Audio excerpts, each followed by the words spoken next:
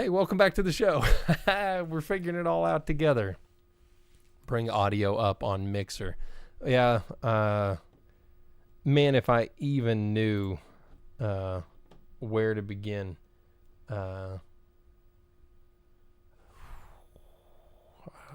Let's go. All right, now I have Audacity going. Man, the weirdest intro. Man, there's buttons. I don't know what to do about the buttons, but I'm here. I'm going to try and hold it together. This is a lot like that movie I watched this weekend because I went and I watched Saturday Night, which I will talk to you guys about in a little bit, presumably. It is a stress fest, and I feel like I am Lorne Michael here for sure, trying to bring a show to you guys without any idea what the heck it is that I am doing. So welcome to the show. This is the Drive-in Speakerbox with your host for the day, the Grip, man. Super cool boy Grip coming at you. No boom op at the minute. He should be back shortly where he can help us do this things proper. Mark Landry coming in with the fuck it, we'll do it live. We're saved, everybody. We're saved. Oh, from what? From me. Okay. Yeah.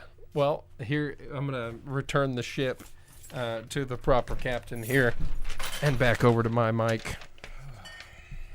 The one time that we missed the opportunity to do the fuck it, we'll do it live, Mark came in and saved me there. See all these encouraging words that I've been getting because of how terrible I'm doing. You're doing great, dude. You're doing fine. Bring the audio up, dude. Movie Albert's been in here saving my ass, making it work. You'll probably have to double check whatever's going on over there. what? Oh wait, we're recording? Were we not supposed to be? I mean, did we go live with? Yeah, everyone was like, "Man, oh shit." Okay, so this is just the. Did you play the intro noise and everything? No, I had no idea how to do that. Okay. That was the part that I missed, but I hit the splash screens and I turned the stuff on. Okay. Did you do an intro and everything? Somewhat. Do you just want to do it over, or do you want to just roll with this? That's. I mean, this is going to be the episode. Leave it up to the people. I mean, he really did almost get it. LOL. I was trying to this close. Hey, no hands. Yeah, I mean, if we want the podcast part to be good, well, that's what I'm saying. Like for the people on Spotify, let's do it. Yeah, let's reset. Well, I wasn't that far in. I just halfway figured it out. I am going to export this though, because this is funny. Oh gosh. Yeah, and I also need to like take a second to get into character. As if this isn't already my character, but you know what I mean. Okay. Yes, these are characters that we play. Yeah, they're versions of ourselves. All for the entertainment of people. They are definitely. Wait, this what? 7. Today is. That's not right. 10/14. Yeah. 10/14. This is episode 1031. Blooper. Yeah. I'm gonna. It'd be great if we do the thing, reset, come back, and we're like hair and makeup and like totally different. Yeah. All right, everybody. Chick's actually a Puerto Rican housewife in real life, performance mode. LOL. Yeah. Mark Landry. We are fucking doing it live. Comedy special. Okay. There we go. Do re mi. Do this. Do this. Do this. Do this. Do this. Put it there. And then we'll actually you guys already know this part, so we'll just skip to the work and overtime part. So we'll get right to the podcast. Check it out. Here, we'll pause this. We'll go to this one.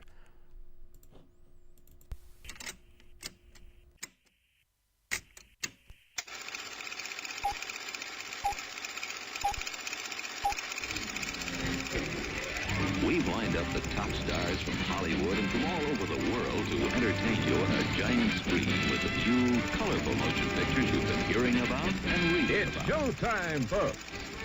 Enjoy the show. We're delighted to have you with us. They're Drive-in Theater. You'll find something to please you to add to your evening's enjoyment. Is pleased to bring you our feature presentation.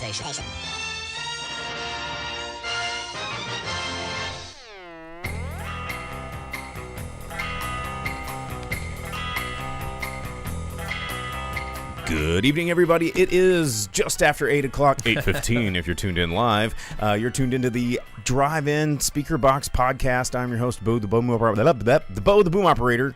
And I'm the Grip. And we have gotten off to a rocky start this week. But if you are watching this live, my God, is this any incentive to actually tune into this show live?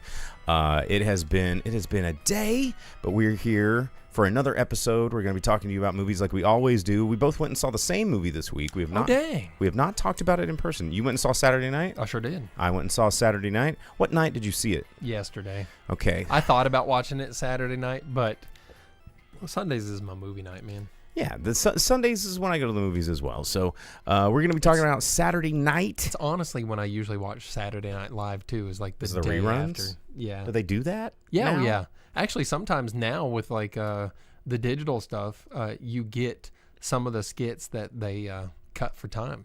No kidding. Yeah. So like watching it live is really not the way to go anymore, right? I've watched a live episode and watched the replay later on. And the replay's better? Well, it has different stuff. Well, that's weird. I don't think I Yeah. like that. Well, because they bring in stuff from Dress or like, because they record it twice.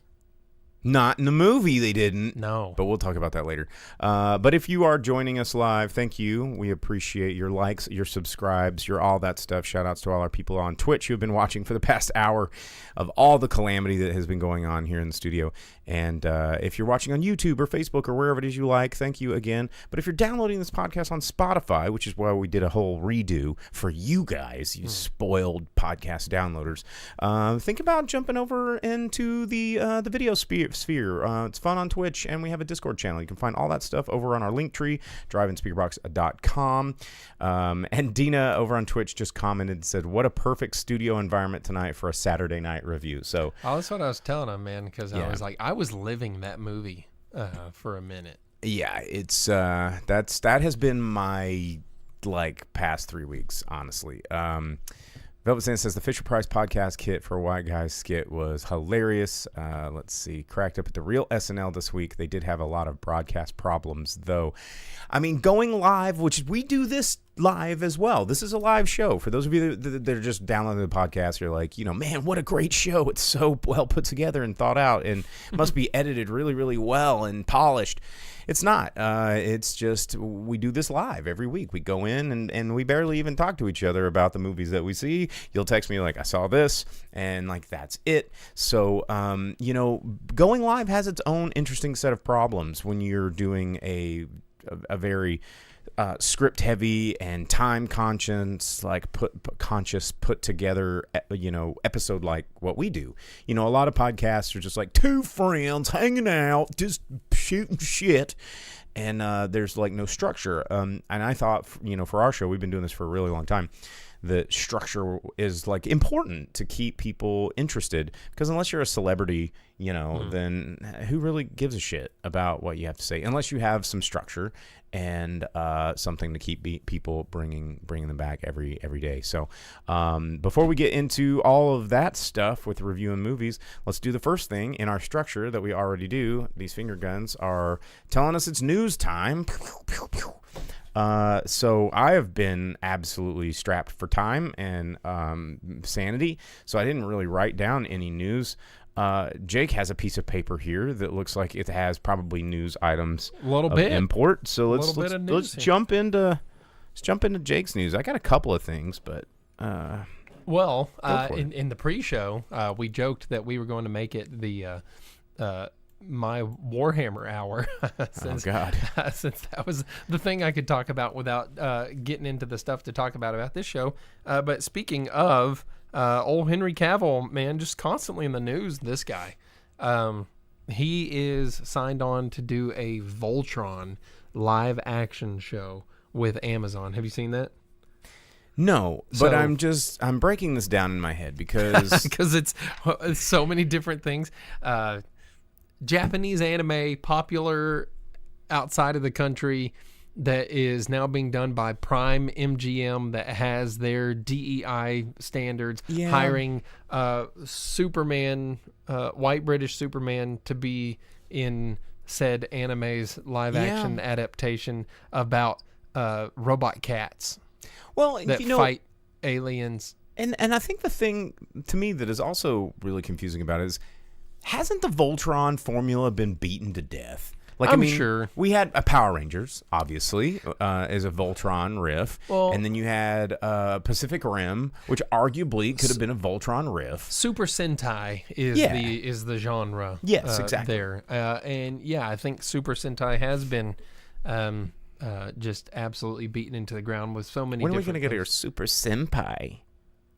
things. No. Dum. Dude, I joked that I was like, if I knew how to do this, I was going to switch the weeb over to your side. It requires technical It ability. requires, knowing how to do things. But the Super Sentai formula, I mean, there's so many different things use it, but I'm surprised to hear that Henry Cavill and Amazon are still buddies after the whole... there's a spider. Things you only see on the live version. After the whole Warhammer thing and all of its news, because he is, an executive producer and stuff like that. And of course, Amazon wants to change everything about it to fit it. And he promised all fans that he would stick to the lore and keep it true to fans.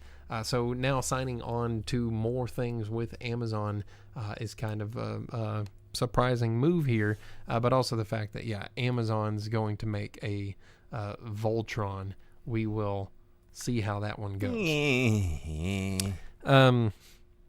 If they do it like the Japanese version, then it'll be like The Boys more than Yeah, I would Power say Rangers. definitely. They're just gonna fill it full of wieners. Well, I'm saying like Voltron stuff, they like cut things and the blood and all this stuff. Yeah, like, but I mean, if they want Amazon Prime audiences to watch if they it, want they'll the just have, like the like, US version. there'll be another cat that like occupies the crotch, have like a laser mouth or something, and they'll be like, yeah, America's. Because that's what we think's funny. I mean, look at Wolverine and Deadpool. Oh yeah, just Deadpool stabbing people in the butthole. Just like, hey, check it out, wieners, and everyone's like, oh my god. Well, and talking about streaming things going from Amazon to Netflix Netflix adjacent, the new Karate Kid movie has its name now. The one that's... And it's not Karate Kid? Well, the one that's Ralph Macchio and Jackie Chan. Oh. Like the two versions of it coming together. Yeah. It's called Karate Kid Legends. I bet they took a long time thinking that one up. That was probably the working title on a whiteboard somewhere, and they were like, "What do we? You know what? Just go with for it." Yeah. So they released its official name. They said that they're going to talk about it at like New York Comic Con this Friday. I think the 18th. What's today? It's the 14th. really, yes. It's really interesting that Cobra Kai has been like the grout in all these shattered tiles of Karate Kiddom. And so here's the thing about that. Ralph Macchio was at the big Texas Comic Con, and he was talking. He got asked about it, and he said he couldn't talk about things. There wasn't a lot he could say, but the one part that was part of the question they asked, like, where in the timeline is this? How does it work? He said it's after the events of Cobra Kai. Oh, spoiler alert, because they're all old. And they're not getting younger. Right. So where are we going to put it?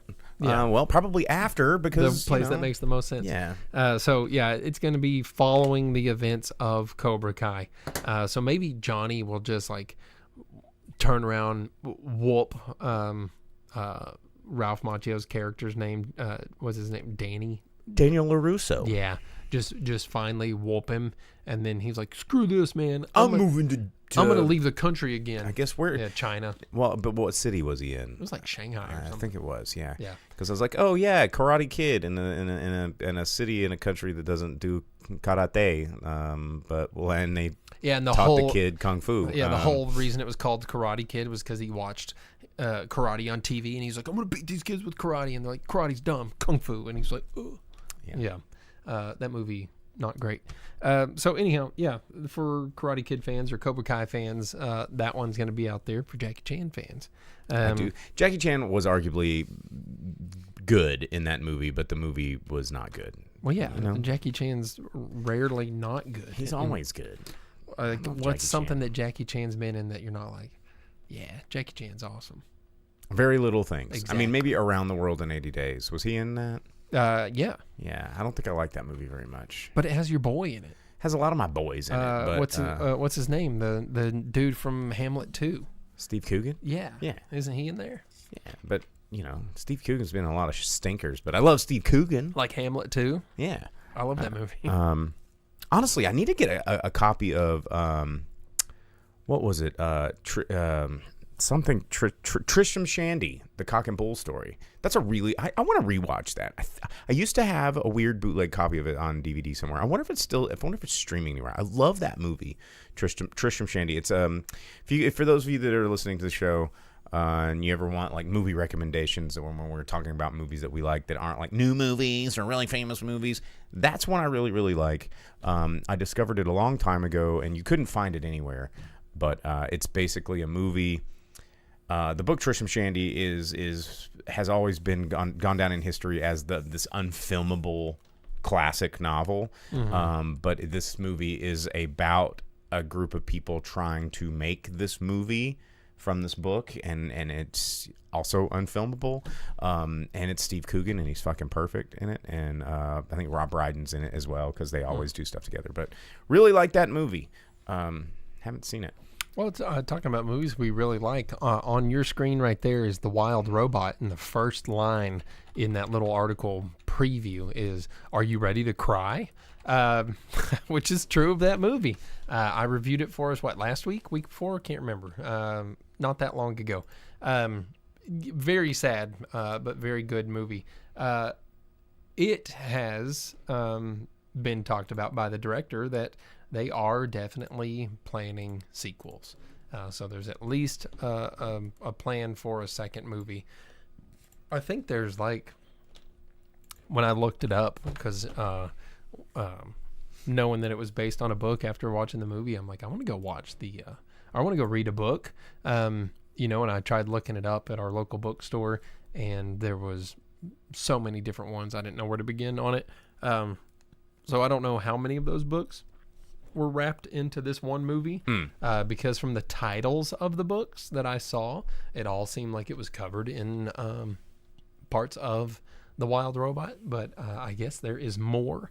It did leave itself open for sequels and things like that, so that would be cool. I do hate that it's not a standalone movie, because it's very good, but if they can keep that up in a sequel, maybe that'll be okay.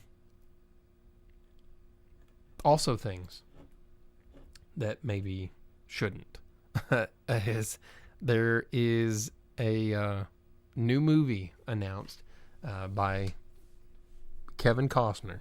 God, is he a cowboy? No, far from a cowboy. Okay. But he is. He just signed on to this movie. He's going to star, produce, and co-write the film. It's called Headhunters. Is it a sports movie? It's it's labeled as a tropical surf thriller, which is that Kevin Costner is going to play.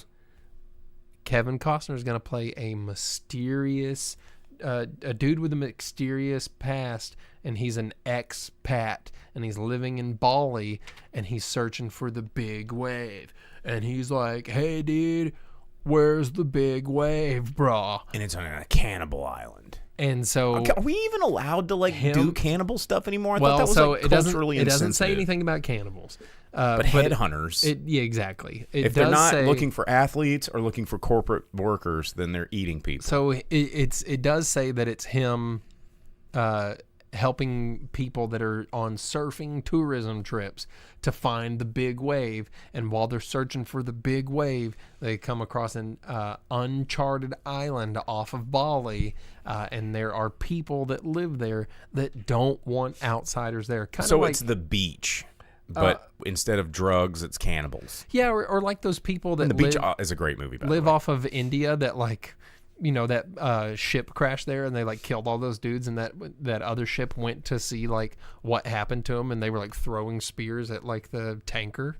Yeah, dude. Yeah. So the world's a cool place. Yeah. So Kevin Costner is playing a surfer in a tropical surf thriller. Yeah. So Costner though, how is he gonna be Costner, Kevin? Hey, bro, check out the waves, dude. After he's Mr. Yellowstone. Oh my God. So anyhow, and then there was he plays ex-presidents, and then he surfs. Yeah.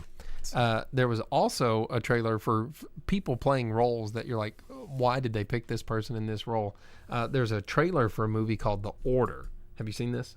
Oh yeah, that sounds really, really familiar. So it has Jude Law as an FBI agent, and this is based on a true story. Yes, I have seen this. Yes, about this white supremacist militia cult. In that the reminds Pacific me. Northwest. Did you read about The Apprentice? No. Well, we'll talk about that in a minute. Speaking Okay. of just white supremacist culty assholes. Yeah, but- yeah. I mean, I saw where you were coming from there. But Nicholas Holt is playing the main racist bank robber dude, and so they cast these two British dudes. Nicholas Holt. Okay. Yeah, so Nicholas Holt is the main racist dude, and I'm like, why did they pick two British guys to play in this movie? And so it's Nicholas Holt being all show your seals, but it actually it looks like a pretty good movie. Jude Law's good in everything. Everything. He was the only good part of Miss Marvel, as far as what I remember. He's oftentimes been the only good part in a lot of movies that he happens to be in, which is Yeah. unfortunate. But because I just love Jude Law, I like watching him and stuff. Oh, well, that's that King Arthur movie that would be good if it wasn't King Arthur, where he's the evil dude. Watching that movie, I'm like, damn, Jude Law is really good at being evil. He is. He can play such a lovable, nice guy, but such an evil son of a bitch. Yeah. So it looks pretty cool. That movie actually comes out this December. I hadn't heard anything about it until I saw the trailer, and the trailer looks pretty good. But I can't wait to see Jude Law pop Nicholas Holt. They're both good actors. I just think it's weird to have two British dudes in this role, but as long as they keep their accents through the whole movie, who cares? So I'm there down. you go. Well, that all sounds pretty cool. Now it's 8:30 already. Yeah. Well, we need to chug it along because we lost about 10 minutes of the show. Let's talk about some stuff that's coming out in theaters this weekend. Well, tell us the thing about The Apprentice. Oh, that was just in the news. So The Apprentice came out this last weekend. Of course, the movie about Donald Trump and his life. Anyone could have predicted, Donald Trump is not happy about this movie. You don't say. And he's trying to send legal teams to sue him. But the unhinged tweets that the former president and quite even possibly to be president-elect, because that's how fucking stupid our country is right now. These tweets are incredible about his take on the movie. And you should just read these things. And it's the writer of this pile of garbage, Gabe Sherman, a low-life, talentless hack who has long been widely discredited, knew not to put these things in, but choose to ignore it. So sad that human scum like the people involved like this, hopefully unsuccessful enterprise, are allowed to say and do whatever they want in order to hurt a political movement, my political movement, which is far bigger than any of us. Make America great again. Defamatory seems like a pretty big word for him. Who wrote that for him? It's cheap, defamatory, and politically disgusting hatchet job put right out before the 2024 presidential election to try and hurt the greatest political movement in the history of our country, brother. No, don't remind me, bro. Come on. A fake and classless movie written about me, bro, called The Apprentice. Do they even have the right to use my name, brother? Well, hopefully it'll bomb. Hulk Hogan, why do you do this to me, man? Every time the public forgives and forgets and lets you back into their hearts, you just go and ruin it. And as a lifelong little Hulkster, you're making it tough, man. Come on. This makes me want to watch this movie so much. A fake and classless movie written about me called The Apprentice. Do they even have the right to use that name without approval? I don't know. Can someone tell me? Hopefully it'll bomb. Yeah, what a butthole, man. Yeah. Yeah. Human scum. Yeah. Everybody knows it. Yeah. Anyway, that movie's in theaters right now. You can check it out. It's unbelievable. Well, you know something, dude. There's this movie in the theater about my boy, D. Trumper, dude, and it's not cool. They're saying mean things about him, bro. They tried to make a movie about me, too, and they were going to portray Terry Bollea's wiener as real teensy, but everyone knows that Hulk Hogan's wiener's huge, brother. You saw it in the video I leaked. Yeah, no, not him. He didn't leak it. That's why they had the trial. He's sued. But you can see that in the trial. He says that Terry Bollea's dingus is teensy, but Hulk Hogan's ding dong is python. Speaking of ding dongs, I cannot wait to talk about Saturday night. Yeah. Anyway, all right. Well, let's. There was another thing that I want to mention. It was Kevin Bacon released his top 20 favorite horror movies to watch on Halloween, which is kind of a fun. It was the first one. Inside Man? Or no, it's actually a really good list of movies, and it makes me like Kevin Bacon even more than I already did, because there's some good movies. I mean, they're all fairly recent movies too, but it's a good list. Maybe later in the show we will talk about it, but we need to talk about what's coming out in theaters this week, and then get into the review of Saturday Night. So. Okay, coming out this weekend, a lot of stuff, a lot of indie stuff, but a couple of big things coming out. The Roblox movie. Already? Wow, they just started doing trailers for it. Yeah. Also, y'all do not want to get me started on Surf Ninjas. Kwansu, dudes. Oh, the comment section. The Roblox movie coming out in theaters this weekend. Of course, trying to capitalize on Lego movie fame. Remember, wasn't there like a straight to streaming Go Mobile? Was it or Play Mobile? They tried to do a Play Mobile movie. They did as make well. the Play Mobile movie, right? Yeah, they did, and it was no one watched it because who plays with those toys? Like Roblox.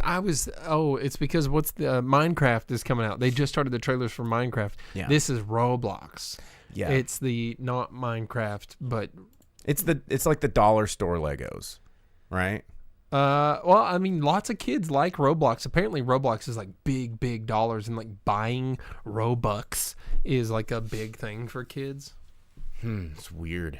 Or like, but going back to Play Mobile, who plays with those? I always felt like it was the homeschooler, like church kids that they got Play Mobile. That just seemed like every Awanas like house had like the Play Mobile toys, and they just seemed, and they had those like long arms and legs, and they just didn't seem fun. I don't know anybody in the audience played with Play Mobile? I feel like it's for a different age group because Play Mobile is like for like little kids. But I don't know. They just are not. I don't know. Because I think it goes like Duplo, Play Mobile, then you progress into Legos, depending on like how worried your parents are that you're going to put Legos in your mouth. Oh, my parents weren't. I was Connects, Constructs. Yep. Like, dude, Constructs. A box of rusty hardware. My cousin had Connects, and like I'd mess with them all the time, but Constructs, that was the titties. Constructs were so cool. Constructs were like, yeah, Constructs fucked. They were so they good. were great. And you get the panels that would click in there. You can make armored cars. Yeah. And swords. Dude, Constructs were badass. Somewhere I have tons of Constructs. Well, Roblox coming out. Yeah. Let's see here. Dina said over on Twitch, we had Playmobil at Barnes & Noble and nobody bought that shit. Exactly. Also coming out in theaters this week is Rumors. And this movie, I'm really fascinated by. I kind of want to see this. Bleecker Street's helping putting this one out. It's Guy Madden is one of the directors of this. If you don't, like, Guy Madden is not a guy that puts a lot of movies in theaters, right? It's written by Evan Johnson. It's got an ensemble cast: Kate Blanchett, Charles Dance. Let's see, Takira Hira. There's a bunch of other cool. Ralph Birkin is in this. Some pretty cool stuff. Very odd-looking movie. It's about the leaders of 7 wealthy democracies getting lost in the woods while trying to draft some sort of statement on global crisis. Don't let that give you any sort of idea of what this movie is about. Instead, if you don't know the name Guy Madden, look up Guy Madden. Guy Madden does not make easy movies for people. They are always very, very odd movies. He generally does a lot of like strange short films, but I just can't believe that this is going to get a wide release because, I mean, I think most people know him from The Saddest Music in the World. That was a really, really big, famous one that he did. But, like, Guy Madden movies are weird, man. And I am very excited because I haven't really thought about Guy Madden movies since I was just, like, in college sniffing my own farts about, like, art films. You know, being like, oh, well, I only want to watch, you know, like, blah, blah, blah. And Guy Madden was one of those dudes. So the fact that there is a feature-length Guy Madden film that is possibly coming out it says only in theaters October 18th, sign me the fuck up. Like, that's going to be cool. What was that Strange Brew? Was he involved in Strange Brew? What? Guy Madden? Yeah. Oh, yeah. I think he was like a writer or something. Dang. Yeah. Guy Madden, cool dude. Also coming out in theaters this week, We Live in a Time is the name of this movie. It is directed by John Crowley, written by Nick Payne. It stars Andrew Garfield and Florence Pugh.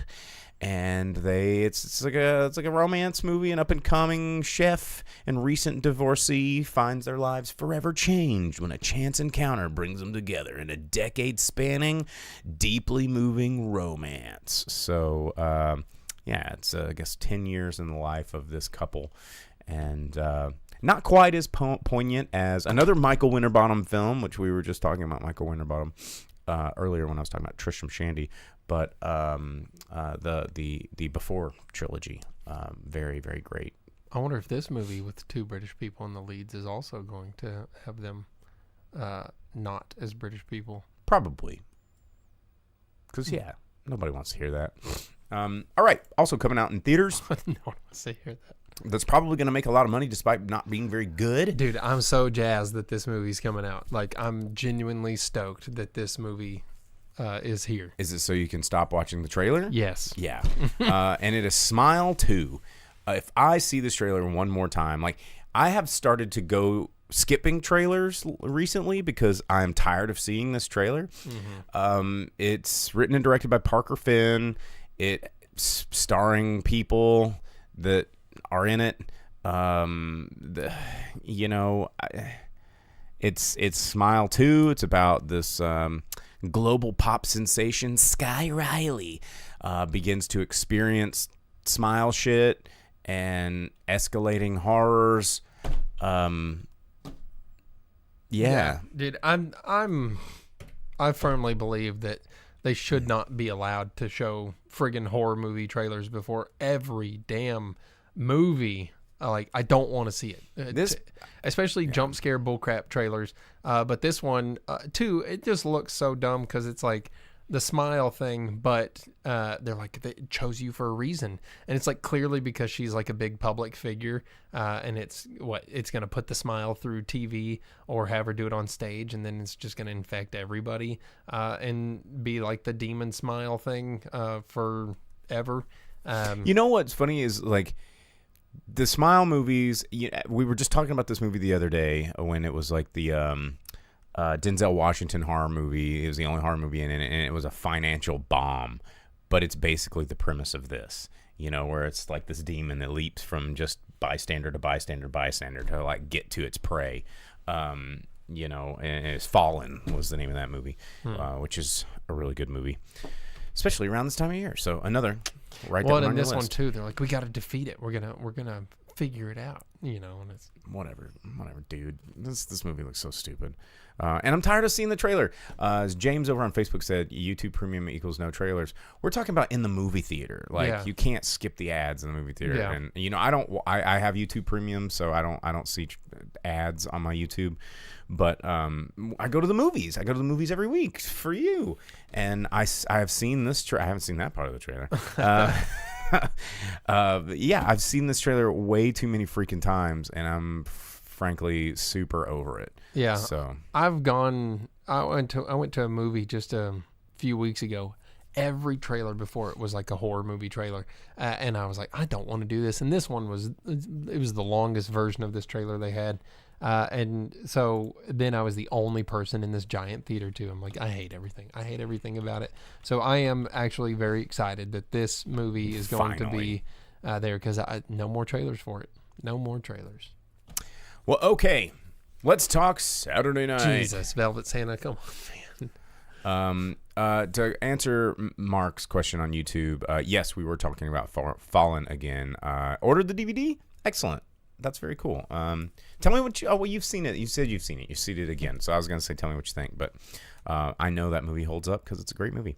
But Saturday night, we saw this in the theaters this weekend. It is new. It is from Sony. It is about a night. October 11th, 1975. This movie spans the course of what? 3 hours? 90 minutes. Was it not? It was like 10 o'clock. Yeah, to 11:30. It opens with Finn Wolfhard like handing out playbills or whatever, trying to get people to come in and watch SNL. And then Lorne Michaels stands by him and he goes, ask him what's wrong. He goes, ask me again in 90 minutes. And then the clock starts running. And really, you only get to see 45 minutes of it, and then it montages the rest of it leading up to it.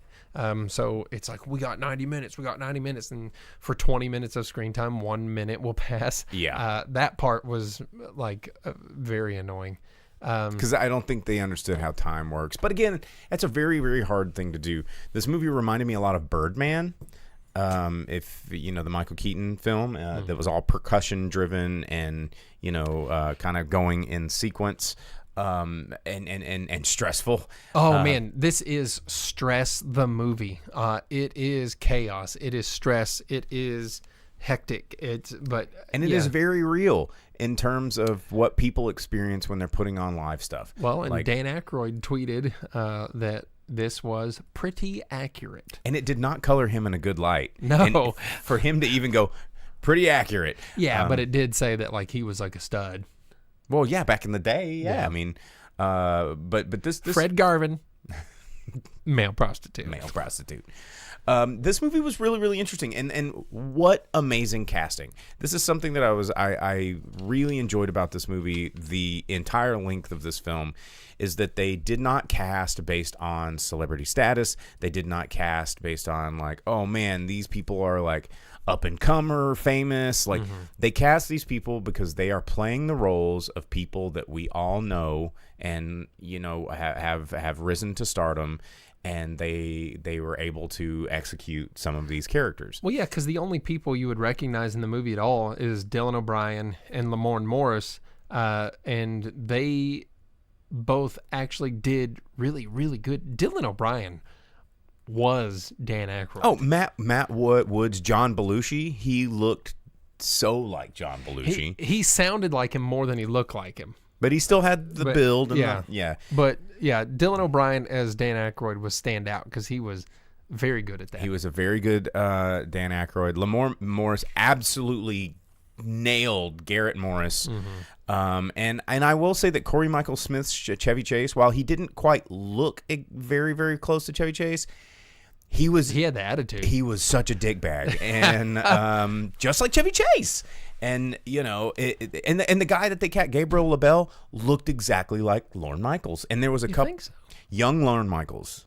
He didn't sound like Lorne Michaels. Only enough. a few sentences. There was a few times, especially towards the second half of the movie, where he did. But yeah, I mean, I don't know. Well, I mean, did you like it? That's what I've been trying to figure out, because it stressed me the fuck out so bad. See, I liked it. I think this movie, you would hate this movie if you had no frame of reference on this movie. This movie, you have to know about Saturday Night Live. Well, and that's why this is the movie I picked and went and watched, because I love SNL, or the classic ones at least. I grew up with classic original cast like SNL. I watched the heck out of it. I have like the best of Dan Aykroyd VHS that I probably wore out. Like these are the characters and skits and actors that like I know. To me, I did read a thing where the writer-director duo of this was like, ooh, if this succeeds, then we can do one of like every era of cast. And I don't think that would work. I don't want that. I think that this one is special because the show's conception was special. What they illustrated in this movie that was really interesting that I didn't really know about, and then I went back and did my research, is that NBC didn't. This movie was supposed to fail. No, I read about that, and they said that's not. That was hammed up a little bit. That was. But to think about like what it put into perspective for me is that show really wasn't greenlit in a traditional way, and it was up against all of these different shows at the time that were so formulaic. And I wasn't around in the 70s. I remember seeing the show, but I didn't realize how genre pushing it was for the time until this movie really made me kind of dig around and look it up. It came out at a time that variety shows were still a thing. And going back and watching old Laugh-In, and Benny Hill and things like that, they're all very stale, and Saturday Night Live wasn't. And in that respect, and it was live, and to think about like how much envelope pushing they were doing with a bunch of idiots. Well, and I think they have that good with the standards lady and everything too, because being live, whoever decided that having George Carlin be on something live was a good idea. I mean, they had to be like, you got to give credit to Lorne Michaels. Some people are like, he's such a jerk and blah blah blah, but you think about all the things that he has produced and created, and he doesn't seem like a very entertaining guy, but the guy has an eye and a knack for creating pretty hilarious and awesome stuff. But he seems like a huge stick in the mud just as a person. But I was talking about this with some friends. Like Kids in the Hall was one of his productions as well, and I absolutely love Kids in the Hall. But he has helped discover so many amazing comedians that have really changed quite literally the world of comedy. And seeing kind of a behind the scenes thing where it's like it's like live theater, but it's also television. There's layers on layers of chaos. That happen with any sort of live production, and oh man, yeah, and I mean getting the thumbs up from like Aykroyd, who was like, I mean this really captured the essence of what it was like. I was there that night, and it's pretty accurate too. I mean, just knowing like the insane amount of stress before they had it, and drugs. Before they had it, really formulated and figured out what they were going to do when it was NBC's Saturday night, and it wasn't SNL. It wasn't Saturday Night Live. It was NBC's Saturday night, and it was 90 minutes, and it had multiple hosts and multiple music guests and all these different sketches that it was, and they didn't quite have it figured out yet. It probably was just the most stressful thing on earth for everyone except for the cast, who was just there that they were having a blast kind of a thing. But everyone that was responsible in some way was probably a giant nervous wreck. But it made me that way in the theater. I like sat up and was like anxiety, I was like, this is awful. I was a half a bottle of Jaeger deep, so I was chilling and having a great time. And then, while it was, they did do a lot of great casting, and some of them really nailed it, and seeing the behind the scenes and getting to see things like Paul Schaefer and Billy Crystal and Al Franken. The Franken, just like all of these people behind the scenes. There were little nods, and that was other stuff that if you did not know, you'd be like, who are all these people? Well, there's several people that got left out that were like behind the scenes and stuff too. But the things that they, the liberties that they took, it's one of those movies. It's a dramatization of the real life. Yeah. But to change the story as much as they did is one of those things where it's hard for me. Like you asked, did I like it? It's hard for me to do that because they changed different things, like the whole stuff with Belushi and like having him when Lauren has to go find him just minutes before the show starts, the way that they changed that, the interaction with Milton Berle. The Milton Berle, J.K. Rowling, man. No, Rowling. J.K. Simmons. Why do I always say that? J.K. Simmons. And then he was crazy. The stuff where they had like Lorne Michaels was going to be the host of Weekend Update until 3 seconds before the show goes on, and he's like, Chevy Chase, you do it. Chevy Chase wrote that. He invented that that sketch, like or that segment. He came up with it. So it wasn't like he was just completely caught off guard or like, what? I could never. How will I figure this out? And just deer in the headlights when they first set him down, kind of a thing. No, like he made that segment. So it was things like that were tough. Or having Johnny Carson call Lorne Michaels just to be like a dick. Yeah, you suck. You're crap. I can't wait for you to fail. I can't wait for you to suck my balls. Yeah, this is just my friendly call from L.A. letting you know that New York is a bag of turds and you can sit on it. Like that was dumb. Having Chevy Chase and John Belushi hate each other and start a fight, I didn't like that. But was that real? No, it wasn't. Okay. There was backstage conflict between Chevy Chase and Bill Murray. I did hear that like the characterization of Jim Henson, while the actor was very accurate, Nicholas Braun looked 100% just like Jim Henson, which was, it's just which explains creepy. Because I was like, oh, why is Andy Kaufman 300 feet tall? And it was because it was the same actor that was playing Jim Henson. Like it was. No, it wasn't. Yes, yeah, it was the same guy. Did he play both? He played both. No freaking way. Yeah, did you not stay and watch the credits? I mean, I did, but it didn't click because wow. Yeah, it showed it. Absolutely wow. But his Jim Henson was unbelievable. Yeah. But yeah, this was a really interesting movie, and John Batiste was pretty cool. He did all the music for the movie too. Yeah, this was a.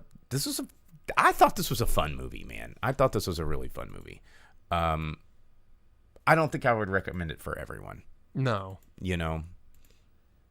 Definitely great casting.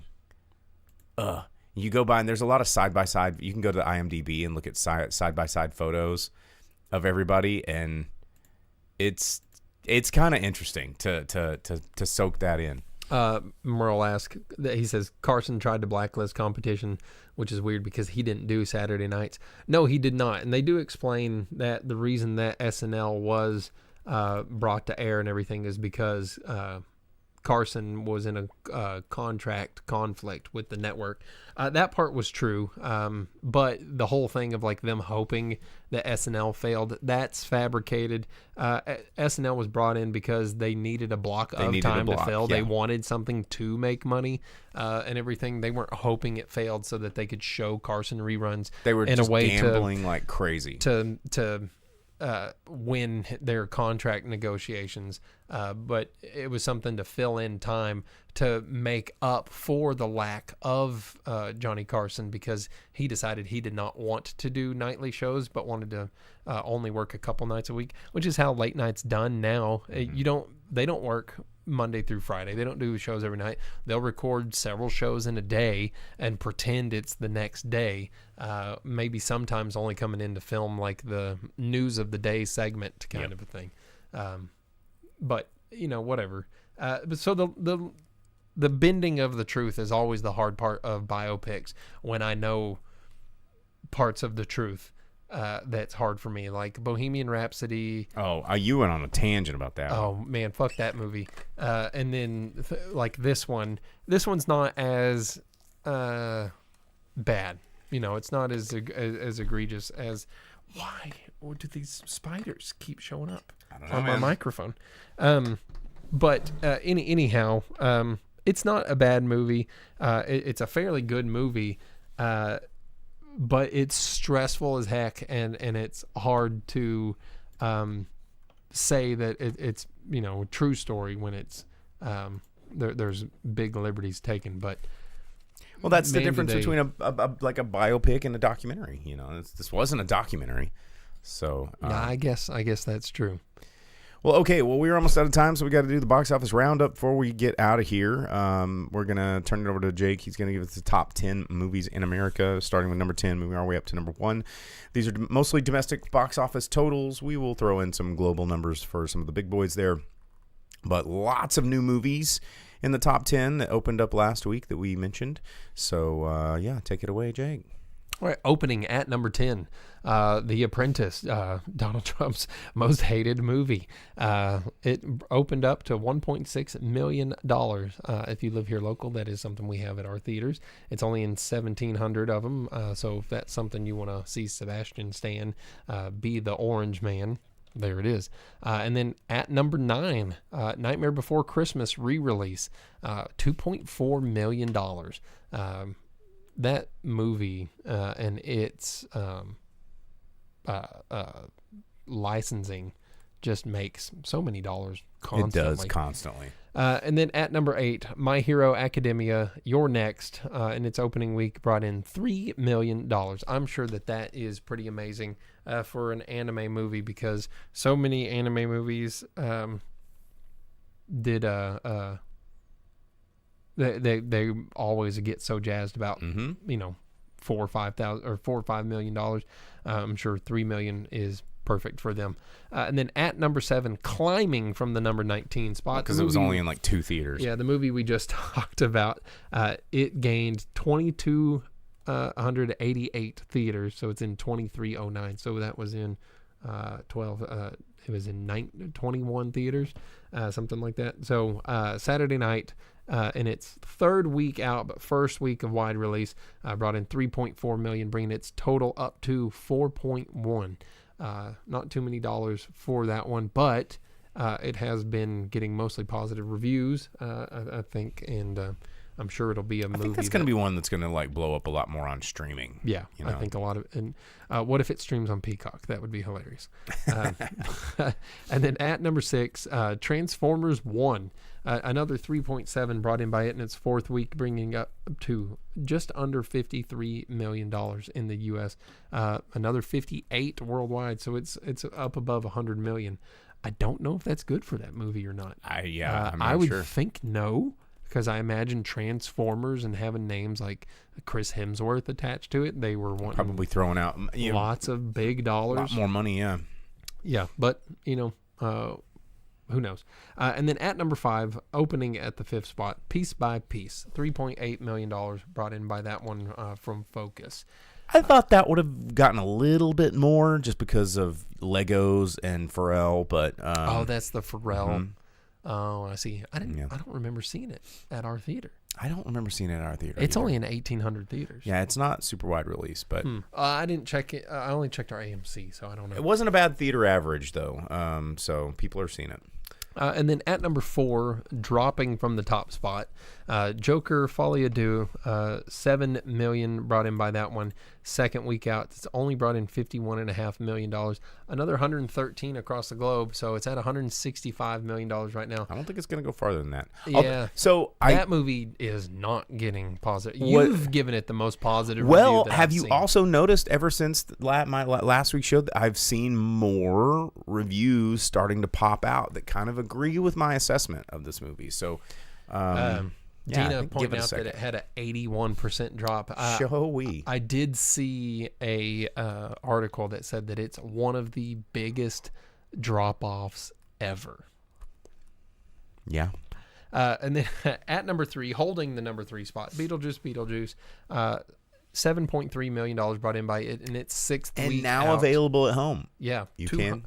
$276 million brought in to the theaters. Another 145 across the world. So it's brought in $421 million. That movie is a black and white striped turd. I know you didn't mind it, but I liked it just fine. I hated it. And then at number 2, The Wild Robot, holding that number 2 spot, $14 million brought in by that one. 84 and a quarter so far. Universal appears to be very happy with that one. Like I talked about earlier, they're already talking sequels. 65 million elsewhere in the world, so it's brought in 150 million bucks. Not bad for like just a DreamWorks thing about based on a book that is solely there to just make you cry. Yeah. Just a sad little story. Amazingly, somehow claiming the top spot in U.S. theaters because people just want to see cult classics. Stuff. Terrifier 3 brought in $14.1 million. $117,000 is all, or a little less than 117 is what separated Terrifier 3 being number 1 and The Wild Robot being number 2. Wow. I've heard that this movie is gross. Well, yeah, it's Terrifier, dude. Yeah, but it's like so excessive. Well, then sign me up. Let's go. And there's lots of genital mutilation. Oh, of course. Well, they're following the Wolverine and yeah, Deadpool I guess route. it's just showing you the reality of Wolverine and Deadpool rather than it being a comedy that Deadpool They're like, oh, you guys like getting stabbed in a wiener? Well, we'll show you that. Yeah, Deadpool just lodged in some dude's gooch and then like sexing him. Yeah. Night Ashley says, I have no idea what that is. Terrifier, it's the clown thing. The memes of the guy with the all white clown face and the black eyes and the nasty teeth. And he goes, oh. It's the memes. He's actually, as far as horror characters go, like Art the Clown came on the scene and nobody really knew about it. Mm-hmm. And then people were talking about the first one. They're like, man, have you seen this? Maybe you see this. And then they made a sequel, and the sequel blew up. Mm-hmm. Well, it's a short film, and then there was the first movie, and then the first movie got talked about a lot. The sequel happened, kaboom, and then this third one, everybody's like, now people are like, oh, I want to get into the party. Yeah. And now he's an iconic horror character now. Well, because Terrifier 2 came out last year, and it's like in the age of memes where just anyone can make a meme. Yeah, I think that really helped it for sure. Real question, is Terrifier 3 really a Christmas movie? Dina asks, is it a Christmas character or is it a setting? I haven't seen it, but I think there's something to think about there. So it's probably a lot like Black Christmas. It takes place on Christmas Eve, and he's dressed as Santa. So in its own right, yes, I would probably classify this as Christmas film, as Christmas horror. It's Nightmare Before Christmas. It's both. It's somewhere. It's straight on that line. It's just there's a lot of horror movies that take place around Christmas, and I would consider that. I mean, Christmas horror is kind of a genre now. Yeah, it has a leg in Halloween, a leg in Christmas, and it's just teabag in Thanksgiving. Mm-hmm. Just toink toink toink. All right, it's Goblin. Anyway, yeah. Well, that's the box office. That's our show. Thank you guys for bearing with us tonight as we saddled through some difficulties at the beginning of the show. Don't forget to like and subscribe wherever did you like to subscribe. We prefer Twitch. It's a lot of fun. We get up here and do a Twitch pre-show for everybody. But you can download this podcast wherever it is you download podcasts. You can find us on our Discord. You can do all this fun stuff. It's all over on our link tree, driveinspeakerbox.com. And I guess I don't have anything else, Jake. Shout out to everyone that stuck with me through the pre-show and the blooper portion. Big shout out to Movie Albert for helping me figure it out, and everyone for all of their encouragement. Heck yeah, guys. Big preach. Well, we will see you guys next week. Ta-ta. As you leave the theater, folks, please be careful. Don't let this happen to your car. Be sure to remove the speaker before you leave. If you should accidentally pull a speaker loose, please turn it in at our snack bar or box office. Thank you.